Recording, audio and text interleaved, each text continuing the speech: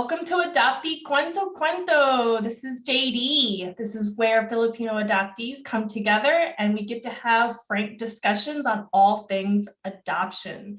Today, we are talking with an awesome guest I'm so excited to speak with, Ace Arnsmar.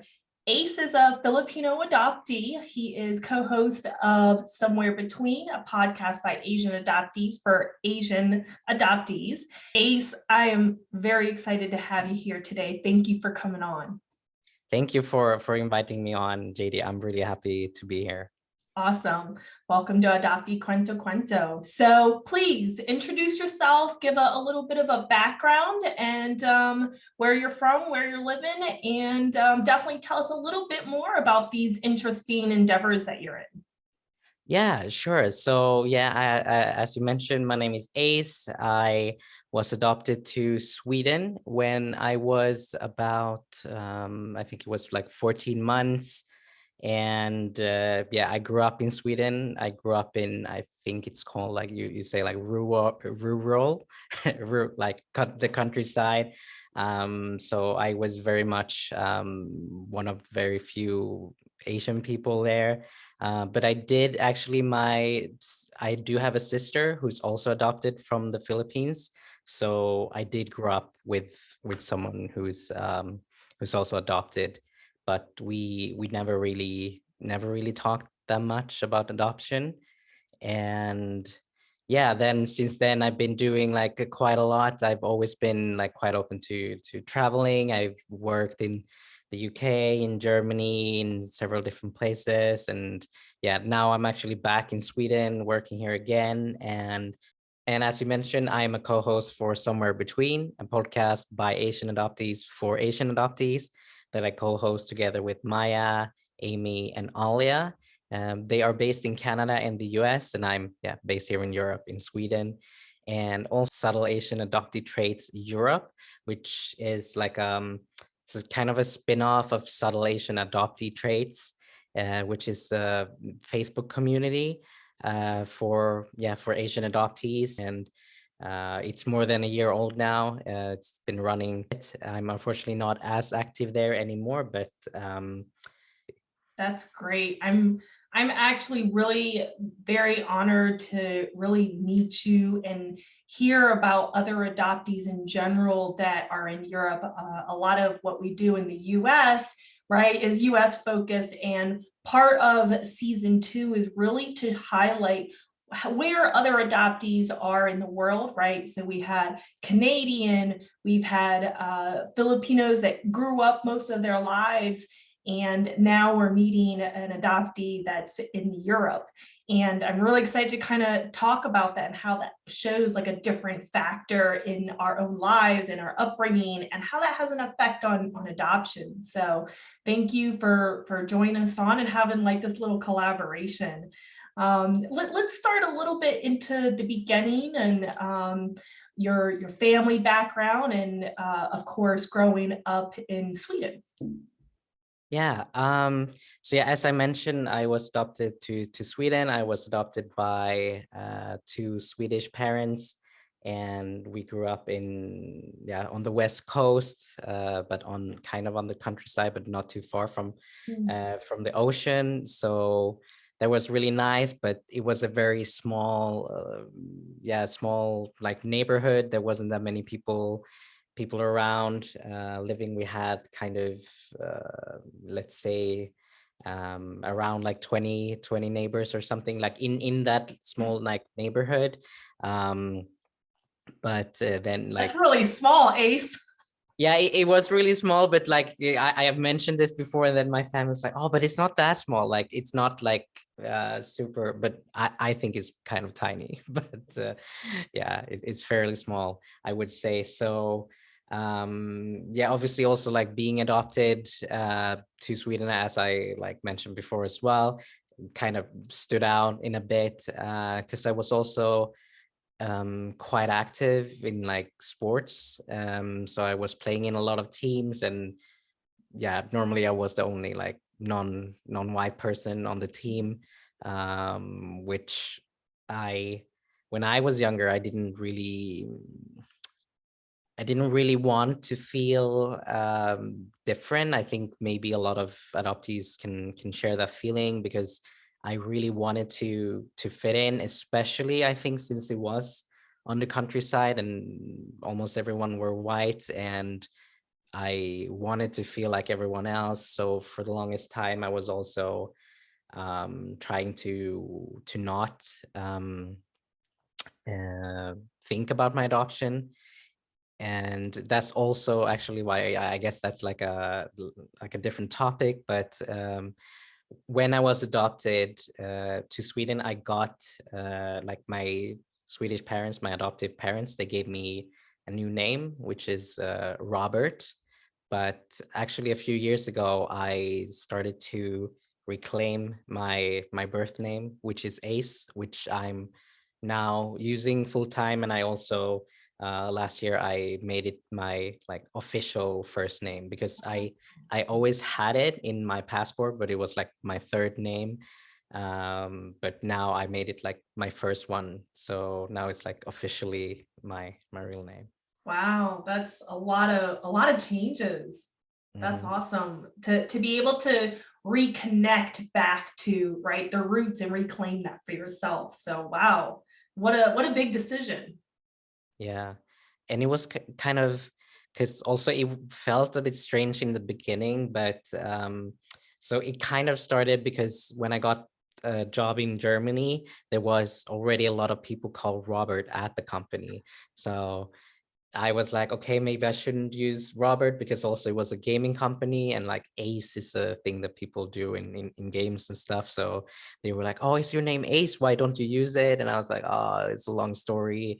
Um, so they were like, oh, but you can start using it. And I was like, oh, yeah, okay, I'll try. And you know, in the beginning, because it is like a, yeah, because it kind of carries a lot of weight and name, and especially for me that wasn't super open about or like super comfortable with my own adoption at the time, it kind of felt strange somehow to be Ace. Let's say I didn't really feel like I was Ace, but it's very different now. Like now I'm very much comfortable with it, and uh, now it feels more natural.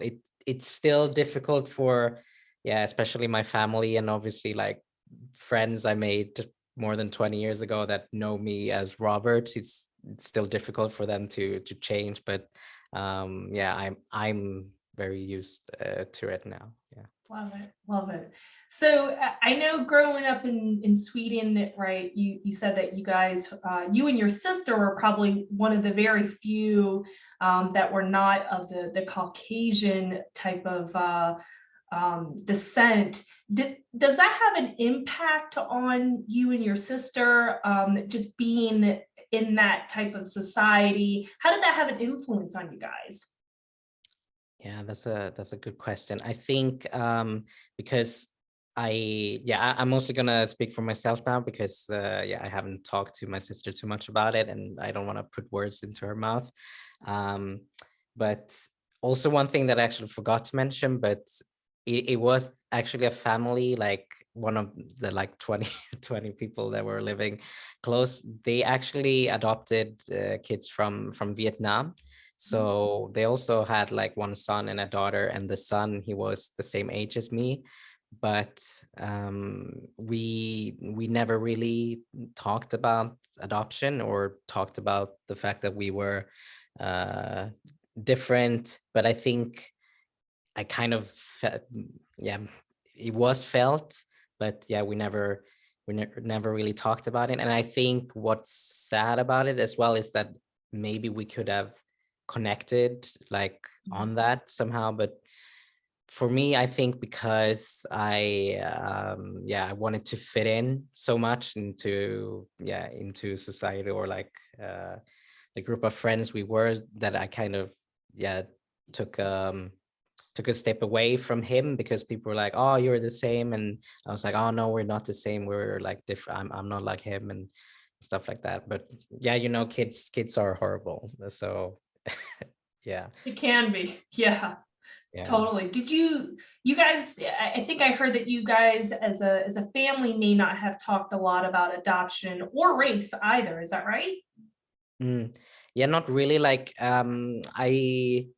because the thing is that I never like I don't really remember when I was told that I was adopted, but I do remember that I was told that, like, yeah, people will bring up the fact that you're different, but we never really talked about it that much. And I think it is a thing that, like, I think it's a European thing, but it's definitely a Swedish thing that we don't want to talk about race too much, because it's because I know that, like, in the US, and yeah, correct me if I'm wrong, but like when you sign papers and stuff, you need to like put down your like, Oh yeah, yeah, everything.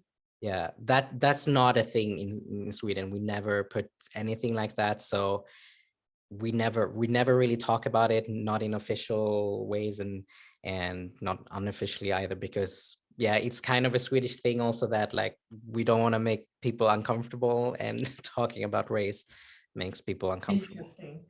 In the US, whether you go to a doctor's office, or you're in school and you have to fill out, different scantrons, it comes up in so many different forms. And it's interesting, in the US, right? We say, I'm Filipino American, I'm Asian American, I'm African American, right? We identify, at least when we're in the US, a lot of us identify with our heritage. And a lot of times, at least I'll speak personally, when I'm traveling abroad, the only time I will say, that's when I'm American, is because they can hear it. They can hear like the way that we speak. But I find that so interesting that in other countries, right, it's not even, you don't identify the race at all. That's really different. Yeah, like I think it would even feel strange if I would say that I'm Filipino Swedish. Like it doesn't like roll roll up the tongue at all. So because Is yeah, I mean, Filipino European a thing, or like I'm African European, like just the general term in Europe, or no, not at all? not really. I wouldn't say. Um, I think what I would say is that like maybe we would say that we're like, depending on what context. And I also, yeah, maybe do like to say that I'm European, but like other than that, no, maybe we say, yeah, we say we're Swedish or we're European, but we never put like race or ethnicity into it. Wow, that's definitely an interesting dynamic between, right, US and Sweden, or different national cultural differences between all of us. So I'm glad that you shared that with us. Do you guys talk now about race and culture? Has that changed over the years, or is that kind of still the same? Like in terms of my family, I would say that yeah, we still don't really talk about it, but it is something that I've been more aware about, and it's something that I try to explore more. Yeah, because I kind of it has been like part of this, like trying to reclaim my like Filipino identity, like at the same time reclaiming being Asian, and Sure. like what that means. So like I've been trying to do different things to kind of to do that, if that makes sense. But I don't know if it's like it is stereotypical in a way, but I'm like, okay, I need to eat more Asian food to feel Asian, and I drink more bubble tea and then I'll feel more Asian, and stuff like that. But it kind of somehow it kind of feels like it is helping like a little bit. I try to hang out more with Asian people, to kind of yeah, to get a feeling of that, not necessarily where I personally come from, because I unfortunately don't know that many Filipinos, but yeah, to just try and be more with Asian people. A lot of us, we keep our emotions inside because we don't talk about, I didn't talk a lot about adoption. Once I was told by my adoptive father, we really, I don't know if we've ever had another discussion about it. And one of the things that I did was I bottled up those emotions and I didn't do anything with it. And it caused a lot of frustration and turmoil. And I had to learn to do things with that to get it out of my system in a healthy manner. I could do that now, but I think back then I didn't do a lot of healthy uh, processes. So I was wondering if there was anything that you did over time. Some people do writing. I do running now, and other people, they like to do different types of things to get to channel that energy. Something that I did try, that I started with like a few years ago. It wasn't necessarily connected to race or anything, but it was kind of to kind of ground myself with, because I had a lot of thoughts going on in my head, like around adoption, around race and work and life and everything. But I tried to start meditating and try to do that every day, at least 5 to 10 minutes. Like the first thing I do in the morning, just wake up, and instead of like jumping on the phone and seeing what's the latest news or what just happened, I try to instead just wake up and just to like, yeah, just get into the right mindset and yeah, try to ground myself in a way. Okay, awesome. That's great. I think there any bit of it helps, right? So as an adoptee in Europe, what is the environment like for adoptees? Is there anything like a common theme, whether it's a Swedish or whether it's for like a lot of the Asian adoptees in Europe? Yeah, so what I really found interesting in like yeah, becoming more part of the adopted community in general was that I found that it's actually, there are quite a few like organizations throughout Europe that are adoption or like adoptee focused. There is like one really big one called Adoptepedia in the Netherlands. I've spoken to the founder, and she's really great. And I think they recently had a symposium, like a lecture kind of thing, and I think it's really cool what they're doing over there. But what we did find, or like what I found, and also why I kind of wanted to start this community for like Europe, is that it is a thing like in Europe in general. I think that like obviously we're a lot of countries in Europe and everyone has like slightly different cultures, but I would say that we still do have like something that like connects us in a way, even though most of us, we do speak different languages, etc. But we, I would say that most of us do, like at least the younger generation, we do feel European in a way. So I kind of wanted to, yeah, create something that was like could connect people inside Europe as well, because I've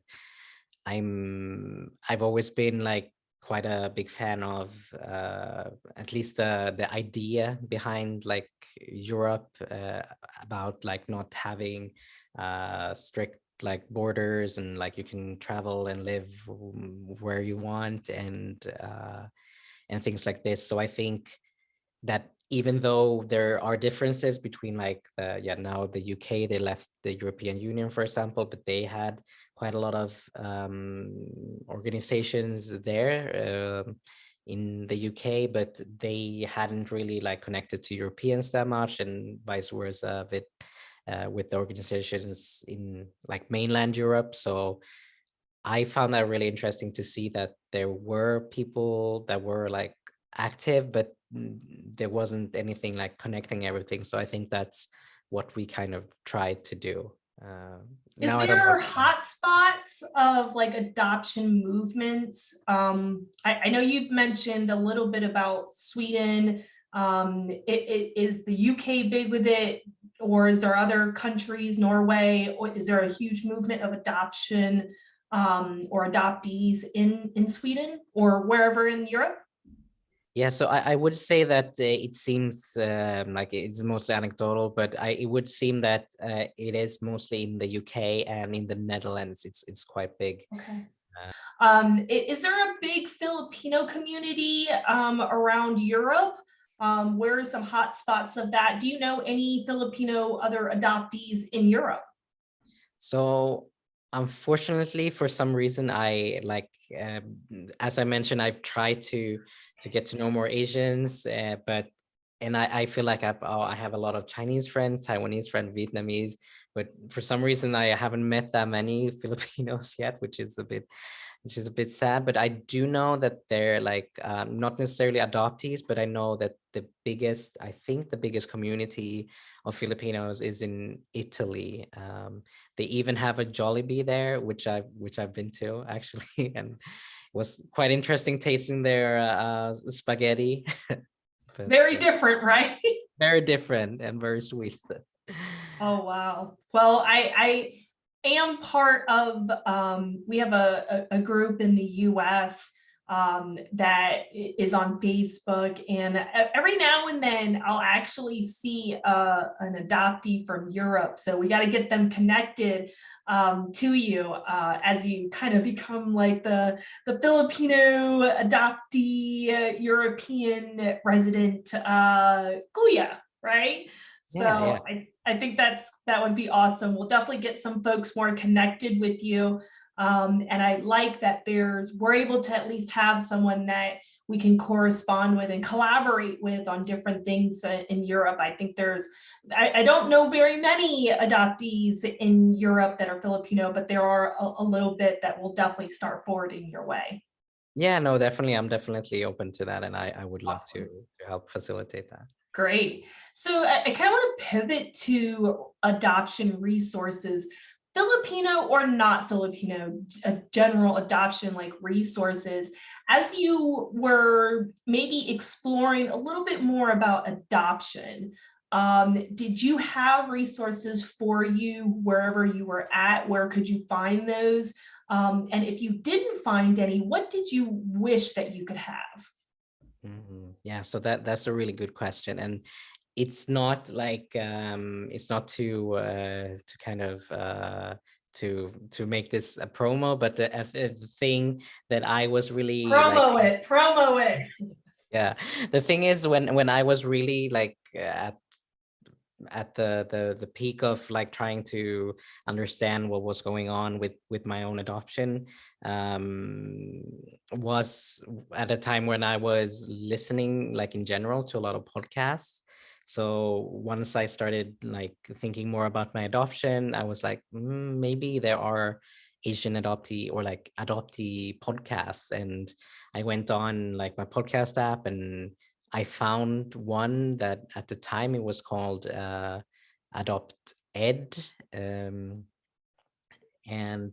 but then they changed name to Somewhere Between.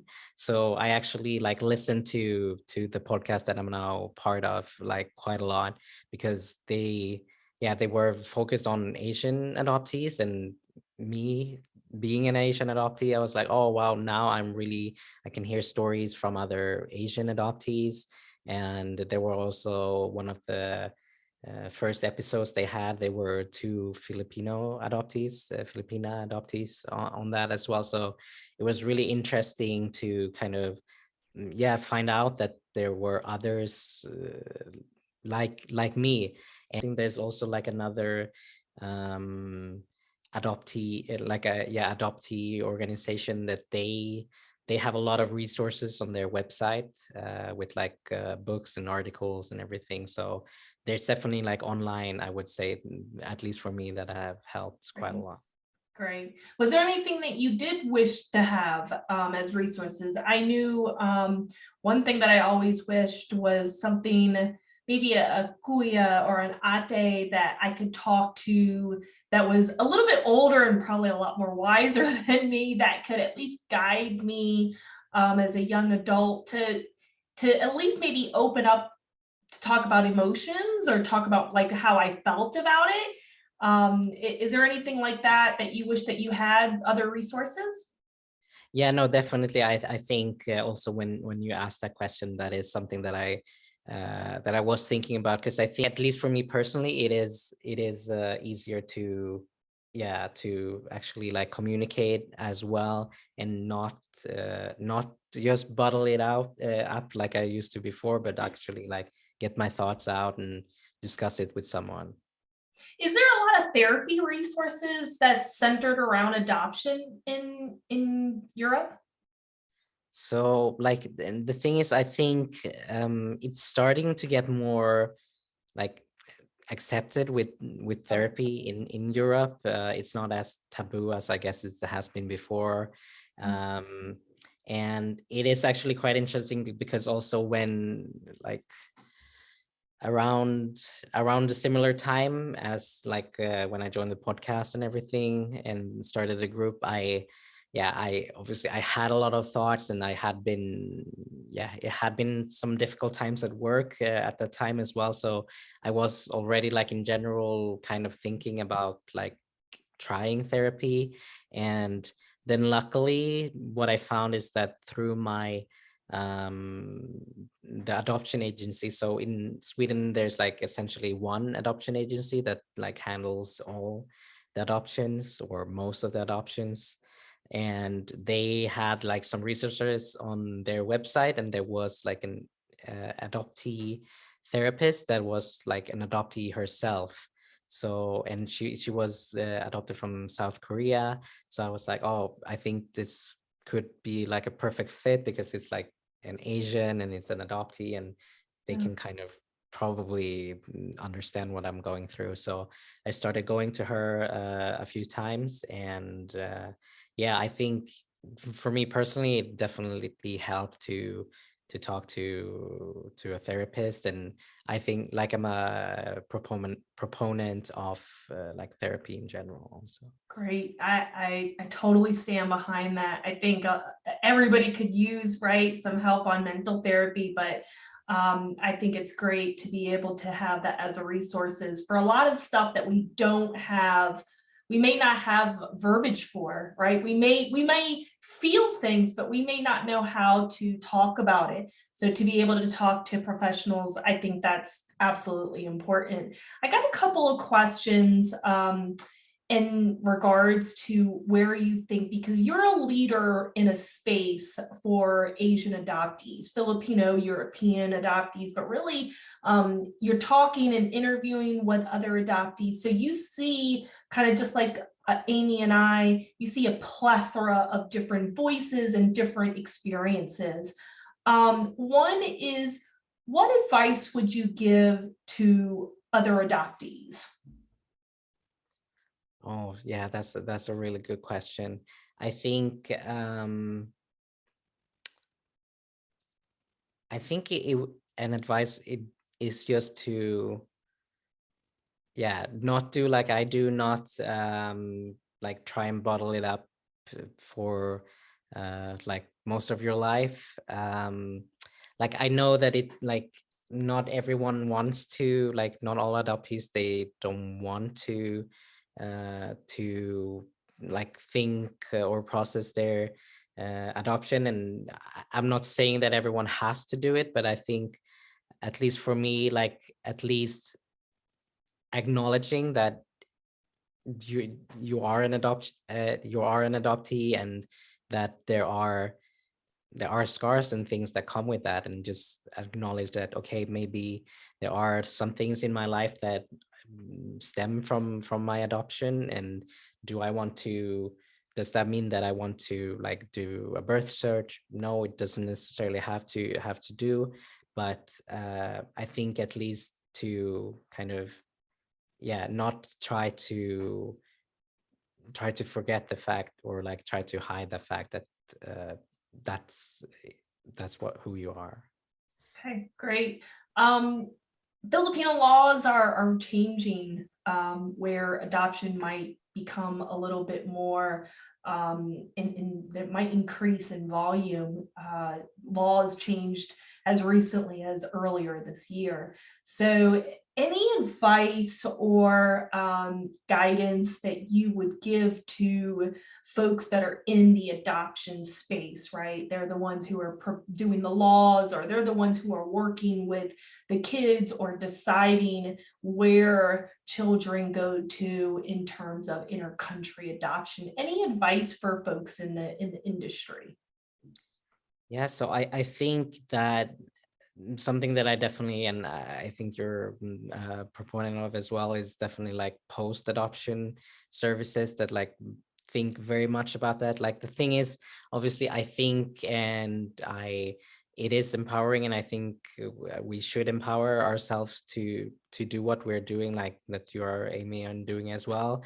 But I think that from their like perspective, they like we in a sense, I don't know if that's correct or not, but I kind of feel like we shouldn't have to do this for ourselves. There should already be some kind of, yeah, help for us. Like we Yes. shouldn't have to be the ones to help ourselves. There should already be uh spaces or anything that can help us like go through this like Yes. trauma that we're actually put through. Yes, I am. I'll say this personally, right?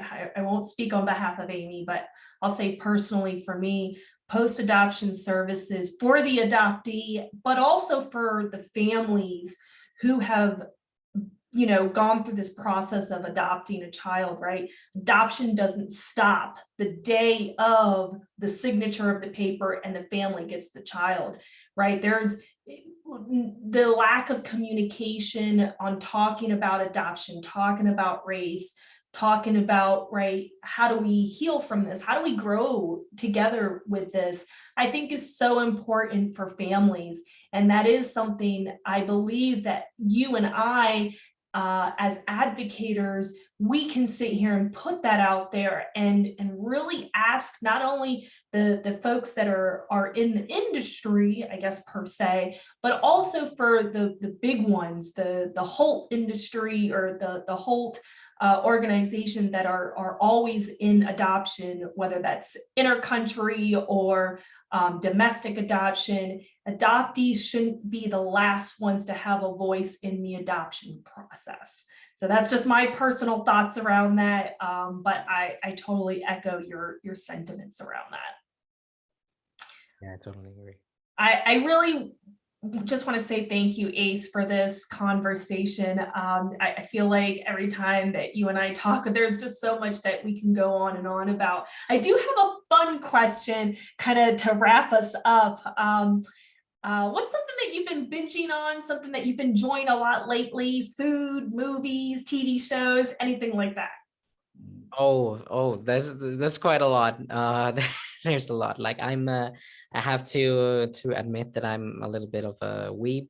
So I watch a lot of anime, like a lot of anime. And one that I've been enjoying lately, it's called Spy Family. It's really fun and interesting like setup, but there's a lot of animes. There's one called Summertime Rendering as well. It's like a thriller, mystery, supernatural kind of thing. So yeah, like that's a whole topic that I could go on forever. But otherwise, like I actually, since I recently got a new job, and it's at a Taiwanese company.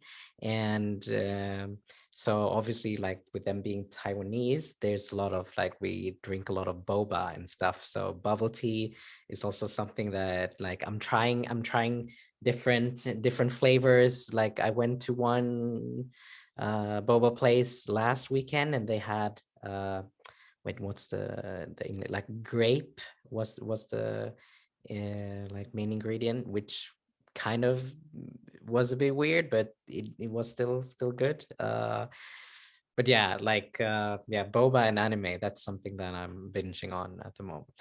That's awesome. Now I want to go get some boba tea. I love it. I love it.